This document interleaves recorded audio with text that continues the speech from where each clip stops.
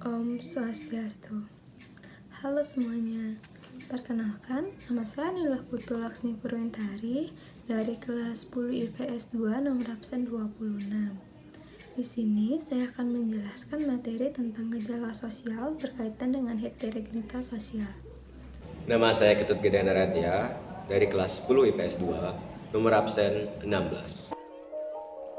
Jadi, pembahasan yang pertama itu adalah gejala sosial berkaitan dengan heterogenitas sosial. Heterogenitas sosial itu merupakan keadaan masyarakat yang memiliki keragaman dan saling berinteraksi. Keragaman tersebut mencakup rasa, budayaan, agama, dan tingkat ekonomi. Pembahasan yang kedua ada perbedaan sosial yang menyebabkan heterogenitas dalam masyarakat. Heterogenitas terjadi ketika suatu masyarakat bersikap terbuka terhadap pengaruh kelompok lainnya. Selain itu, proses mobilitas sosial dalam masyarakat mendorong terjadinya heterogenitas. Interaksi dalam masyarakat heterogen menimbulkan gejala sosial. Untuk menyikapi heterogenitas tersebut, masyarakat perlu mengedepankan toleransi.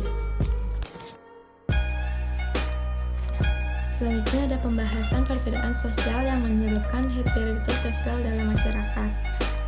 Heterogenitas terjadi ketika suatu masyarakat bersikap terbuka terhadap pengaruh kelompok. Selain itu, proses mobilitas sosial dalam masyarakat mendorong terjadinya heterogenitas. Interaksi dalam masyarakat heterogen menimbulkan gejala sosial. Untuk menyikapi heterogenitas tersebut, masyarakat perlu mengedepankan toleransi. Heterogenitas dalam masyarakat disebabkan oleh adanya perbedaan sosial. Perbedaan sosial penyebab heterogenitas dalam masyarakat itu dibagi menjadi dua, yaitu ada diferensiasi sosial dan stratifikasi sosial. Yang pertama itu ada diferensiasi sosial. Diferensiasi sosial itu merupakan upaya pengelompokan masyarakat secara horizontal. Pembedaan tersebut didasari oleh latar belakang sifat dan ciri yang tidak sama, baik secara fisik maupun sosial. Diferensiasi sosial memandang perbedaan sosial budaya dalam kedudukan yang setara kepada Tuhan Yang Maha Kuasa, tata kepribadian, serta kaidah yang berkaitan dengan pergaulan antara manusia dan manusia dengan lingkungannya. Di Indonesia ada 6 agama yang dianut, yaitu Hindu, Buddha, Islam, Katolik, Kristen, dan Konghucu. Selain ke-6 agama tersebut, pemerintah Indonesia mengakui aliran-aliran kepercayaan lokal yang dianut oleh masyarakatnya. Yang kedua itu ada pengelompokan berdasarkan suku bangsa atau etnik. Menurut Kojaningrat, suku bangsa adalah sekelompok manusia yang memiliki kesatuan budaya dan terikat oleh kesadaran serta identitas. Pengelompokan berdasarkan suku bangsa atau etnik dapat berguna untuk mengidentifikasikan asal-usul darah individu atau kelompok dalam masyarakat. Yang ketiga itu ada pengelompokan berdasarkan ras. Ras dapat dibedakan berdasarkan ciri kualitas dan kuantitas. Ciri kualitas meliputi warna kulit, bentuk rambut, bentuk lipatan, dan juga bentuk bibir. Adapun ciri kualitas meliputi bentuk badan, berat badan, dan ukuran kepala. Menurut Laplinton, ras di Indonesia dibedakan menjadi ras Malayan, Mongoloid, Malasnoid, Asiatik, Mongoloid, dan Kaukasoid. Dan pengelompokan terakhir itu ada pengelompokan berdasarkan pekerjaan, profesi atau mata pencarian. Secara umum, pekerjaan dibedakan menjadi dua jenis, yaitu mata pencarian dan profesi. Masyarakat sering menggunakan patokan pekerjaan tertentu untuk menetapkan kelas sosial. Akibatnya, muncul anggapan jenis pekerjaan tertentu lebih tinggi atau lebih rendah. Padahal, perbedaan profesi ataupun mata pencarian itu bersifat setara. Yang kedua ada stratifikasi sosial. Penggolongan masyarakat secara vertikal disebut stratifikasi sosial. Stratifikasi sosial merupakan pergolongan masyarakat dalam kelompok-kelompok tertentu secara bertingkat. Penggolongan seorang dalam kelas tertentu didasarkan pada kriteria-kriteria yang khusus. Menurut Fitri Asorokin, sertifikat sosial adalah pembedaan penduduk atau masyarakat dalam kelas-kelas secara bertingkat. Stratifikasi sosial didasari beberapa kriteria seperti kekayaan, kekuasaan, kehormatan, dan juga ilmu pengetahuan. Dalam buku berjudul Social Stratification, Structure and Trends of Mobility in Western Society, Bennett Weber mengemukakan 6 dimensi stratifikasi sosial sebagai berikut. Yang pertama, jabatan atau pekerjaan. Yang kedua, ada ranking dalam wewenang dan kekuasaan. Yang ketiga, ada pendapatan atau kekayaan. Yang keempat, ada pendidikan atau pengetahuan. Yang kelima, ada kesucian beragama atau pemimpin keagamaan. Dan yang terakhir ada kedudukan kerabat dan kedudukan dalam suku bangsa. Stratifikasi sosial dalam masyarakat bersifat terbuka dan campuran. Penjelasan mengenai sifat stratifikasi sosial yaitu stratifikasi sosial terbuka.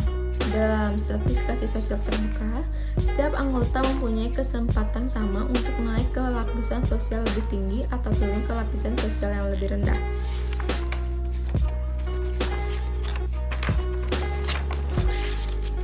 Kedua, ada stratifikasi sosial tertutup. Dalam stratifikasi sosial tertutup, seseorang tidak dapat berpindah dari suatu lapisan sosial ke lapisan sosial lainnya. Contoh sistem stratifikasi sosial tertutup itu adalah stratifikasi sosial dalam masyarakat berkasta dan masyarakat feodal. Yang ketiga, ada stratifikasi sosial campuran. Stratifikasi sosial campuran merupakan kombinasi antara sistem pelapisan sosial terbuka dan sosial tertutup. Sistem stratifikasi sosial campuran membatasi kemungkinan perpindahan lapisan sosial. Akan tetapi, membiarkan perpindahan lapisan sosial pada bidang tertentu. Sebagai contohnya, ada sistem pelapisan sosial masyarakat Hindu di Bali. Masyarakat Hindu di Bali menerapkan sistem stratifikasi sosial terbuka. Contoh stratifikasi sosial dalam masyarakat Indonesia yaitu ada stratifikasi sosial masyarakat Aceh. Bentuk stratifikasi sosial masyarakat Aceh itu adalah golongan kaum bangsawan terdiri atas kalangan keturunan sultan. Yang kedua, golongan ulama atau cendekiawan terdiri atas kalangan rakyat yang memiliki ilmu pengetahuan yang menonjol sehingga disebut seorang alim dengan gelar tengku. Mereka cukup berperan dalam masalah-masalah agama dan kemasyarakatan. Yang ketiga, ada golongan hartawan.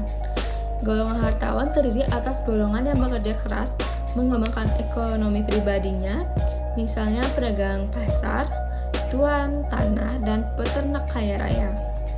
Yang terakhir, ada golongan rakyat biasa, kalangan yang tidak termasuk 3 kategori sebelumnya. Yang kedua, ada stratifikasi sosial masyarakat Minangkabau. Masyarakat Minangkabau memiliki stratifikasi sosial khusus. Berikut bentuk stratifikasi sosial masyarakat Minangkabau. Yang pertama, ada golongan ninik mama, adalah semua mama-mama rumah yang bergelar datuk dan bertugas sebagai penghulu. Mama merupakan saudara laki-laki ibu, baik adik maupun kakak. Mereka memegang kekuasaan untuk mengatur anak kemenakannya. Yang kedua, ada golongan kemenakan. Golongan kemenakan adalah golongan yang harus patuh kepada mama.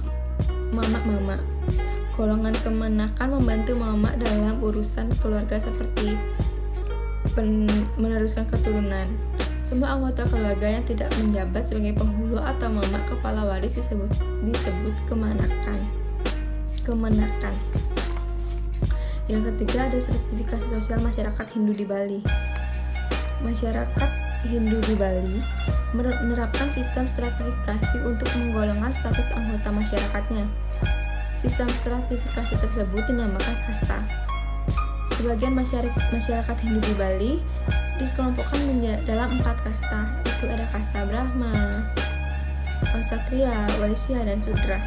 Sistem kasta masyarakat Hindu di Bali mengikuti sistem kasta Hindu di India. Intinya, dalam sistem pelapisan tertutup tidak ada kesempatan bagi seorang untuk berpindah ke lapisan lainnya, baik ke lapisan lebih tinggi maupun sebaliknya. Sistem kasta di Bali mengatur kehidupan masyarakat Hindu di Bali. Penjelasan sistem kasta dalam masyarakat Hindu di Bali. Yang pertama itu ada kasta Brahmana. Brahmana menjadi kasta tertinggi dalam sistem kasta masyarakat Hindu di Bali.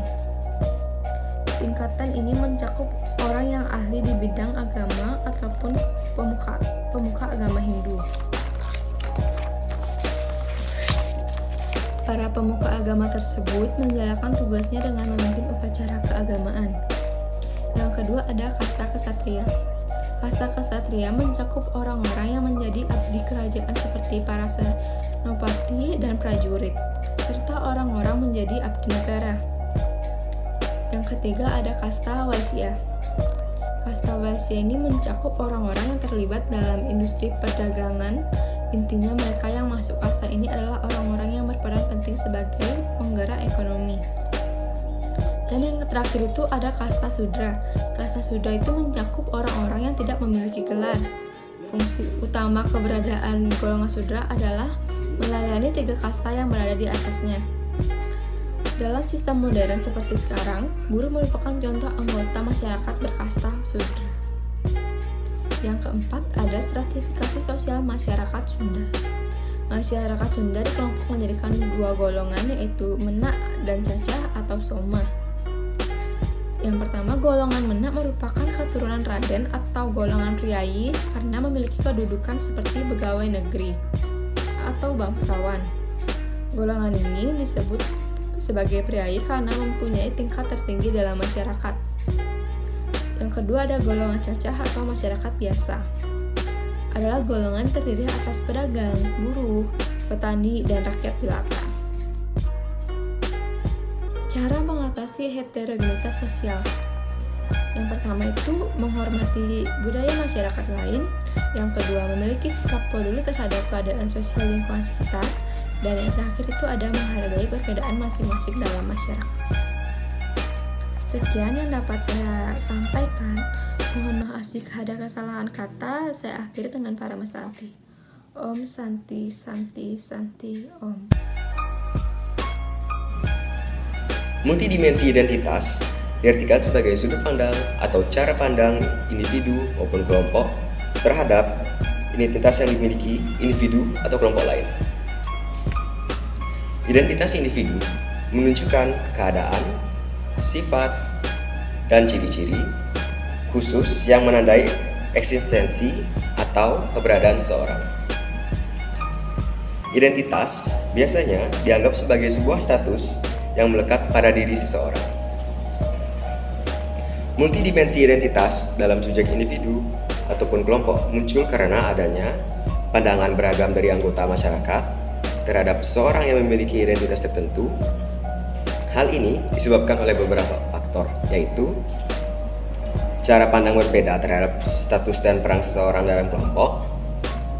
Kedua, yaitu ukuran yang selalu berubah tidak sebanding dengan kemampuan seorang penyandang. Yang ketiga, budaya masyarakat yang beragam. Multidimensi dapat diartikan sebagai beberapa cara pandang atau persepsi yang muncul dari pemikiran seseorang. Setiap individu memiliki persepsi berbeda dalam memahami satu objek yang sama, termasuk identitas seseorang. Multidimensi identitas dalam subjek individu ataupun kelompok muncul karena pandangan yang beragam dari anggota-anggota masyarakat terhadap seseorang yang menyandang identitas tertentu. Hal ini disebabkan oleh beberapa faktor. Berikut yang pertama, yaitu cara pandang berbeda terhadap status dan peran seseorang dalam kelompok. Hal ini disebabkan oleh perbedaan persepsi antara anggota masyarakat. Yang kedua, ukuran yang selalu berubah dan tidak sebanding dengan kemampuan seseorang. Penyandang identitas ukuran yang dimaksud adalah tuntunan masyarakat terhadap kemampuan seseorang yang menyandung status atau identitas.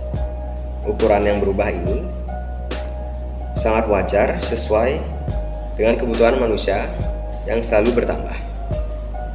Yang ketiga, budaya masyarakat yang beragam.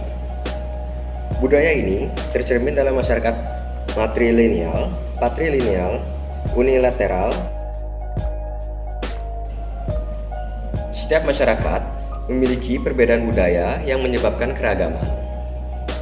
Setiap individu atau kelompok hendaknya menghargai dan menghormati perbedaan dan keragaman demi menjaga solidaritas dan persatuan antar masyarakat. Apabila upaya tersebut tidak dilakukan, akan menimbulkan konflik sosial. Adapun upaya menghadapi keragaman atau heterogenitas sosial sebagai berikut. Yang pertama, adanya penerapan pendidikan multikulturalisme. Yang kedua, mempraktikkan sikap toleransi dan empati terhadap budaya suku bangsa lain. Yang ketiga, menghilangkan sikap primordialisme dan etnosentrisme. Yang keempat, mengembangkan nasionalisme dan patriotisme. Keragaman masyarakat yang meliputi perbedaan suku bangsa, agama, bahasa, dan hasil kebudayaan lain seperti adat istiadat dan tari daerah merupakan kekayaan bangsa yang tidak ternilai. Oleh karena itu, kita harus menjaga dan melestarikan keragaman budaya yang terdapat dalam kehidupan bangsa Indonesia. Akan tetapi, terkadang keragaman dalam masyarakat dapat menimbulkan konflik yang menyebabkan kehidupan masyarakat menjadi tidak harmonis. Oleh karena itu, diperlukan upaya dalam menghadapi keragaman dalam masyarakat. Berbagai upaya yang dapat dilakukan untuk menghadapi keragaman dalam masyarakat adalah sebagai berikut. Yang pertama, yaitu adanya penerapan pendidikan multikultural. Sosialisasi pendidikan multikultural merupakan upaya yang dilakukan secara sadar untuk mengajarkan sifat-sifat keberagaman dalam masyarakat. Pendidikan multikulturalisme menanamkan cara memandang keberagaman dalam kesederajatan. Sosialisasi pendidikan multikultural penting untuk mewujudkan harmoni sosial dalam kehidupan masyarakat yang beragam. Melalui pendidikan multikultural, diharapkan semua anggota masyarakat dapat mengembangkan toleransi serta kepedulian sosial sebagai upaya menciptakan harmoni sosial. Sikap toleransi dapat dikembangkan dengan saling menghormati dan menghargai perbedaan dalam masyarakat. Sementara itu, kepedulian sosial dapat dikembangkan dengan saling tolong-menolong dengan kebudayaan lain melalui keikutsertaan dalam pelestarian budaya bangsa. Yang kedua, yaitu mempraktikkan sikap toleransi dan empati terhadap budaya suku bangsa lain. Toleransi adalah cara menghargai dan menerima perbedaan atas berbagai perilaku, budaya, agama, dan ras. Toleransi adalah keniscayaan bagi bangsa yang heterogen dengan berbagai latar belakang seperti Indonesia. Toleransi dibutuhkan agar bisa saling membantu satu sama lain tanpa memandang suku, agama, ras, dan antar golongan. Toleransi merupakan sikap untuk mengerti, memahami, dan menerima perbedaan antar individu. Sikap ini tanpa paksaan dan tidak ingin memaksakan orang lain untuk melakukan hal yang sama. Menerima perbedaan antara suku, agama, dan kebudayaan dapat dimulai dengan lingkungan sekitar terlebih dahulu. Adapun tindakan untuk menumbuhkan sikap toleransi yaitu tidak menggunjing orang lain dan bersedia menerima masukan dari orang lain. Melalui toleransi, masyarakat Indonesia dapat hidup damai, tentram, dan harmonis. Yang ketiga, menghilangkan sikap primordialisme dan etnosentrisme. Primordialisme sebenarnya muncul akibat pengaruh dari kemajemukan kehidupan masyarakat. Primordialisme adalah pandangan atau paham yang teguh hal-hal yang dibawa sejak kecil, baik mengenal tradisi, adat istiadat, kepercayaan, maupun segala sesuatu yang ada dalam lingkungan pertamanya. Secara tidak sadar, masyarakat Indonesia terus mengembangkan ikatan-ikatan bersifat primordial, yaitu loyalitas berlebihan yang mengutamakan atau menonjolkan kepentingan suatu kelompok, agama, ras, daerah, atau keluarga tertentu. Padahal, loyalitas yang berlebihan terhadap kelompoknya dapat mengancam integrasi bangsa karena primordialisme mengurangi loyalitas warga negara pada budaya nasional dan negara sehingga mengancam kedaulatan negara. Untuk menangkal gejala primordialisme, setiap kelompok masyarakat harus mengembangkan budaya toleransi terhadap budaya kelompok lainnya. Tujuannya mencegah terjadinya disintegrasi bangsa tanpa peningkaran budaya sendiri. Sikap primordialisme dapat mengarah pada sikap etnosentrisme. Etnosentrisme adalah sikap atau pandangan yang berpangkal pada masyarakat dan kebudayaan sendiri, biasanya disertai dengan sikap serta pandangan yang memandang dengan rendah masyarakat dan kebudayaan lain. Sikap atau pandangan yang berpangkal pada masyarakat dan kebudayaan sendiri biasanya disertai dengan sikap pandangan yang meremehkan masyarakat dan kebudayaan lain. Individu atau kelompok tersebut menganggap kebudayaan miliknya diyakini lebih unggul dan baik daripada kebudayaan-budaya lainnya. Yang keempat, adanya pengembangan sikap nasionalisme dan patriotisme. Nasionalisme merupakan paham yang meletakkan kesetiaan tertinggi atau rasa cinta terhadap bangsa dan negaranya. Nasionalisme dapat menimbulkan patriotisme, yaitu sikap rela berkorban untuk bangsa dan negaranya. Melalui sikap patriotisme dan nasionalisme, diharapkan harmoni sosial dapat terwujud dalam kehidupan bangsa Indonesia. Kesetiaan dan sikap rela berkorban untuk bangsa dan negara merupakan modal awal untuk mewujudkan integrasi bangsa. Ketika semua suku bangsa telah terintegrasi menjadi satu bangsa dan negara, secara otomatis tiap-tiap suku bangsa hidup berdampingan dengan damai tanpa harus meninggalkan ciri khas kebudayaan. Nah, kesimpulan dari materi ini kita dapat mengetahui apa itu heterogenitas sosial dan juga dampak-dampaknya, maupun itu negatif ataupun positif. Maka dari itu, mari kita mengatasi adanya heterogenitas negatif dan dalam masyarakat dan pertahankan dampak positif dari heterogenitas sosial.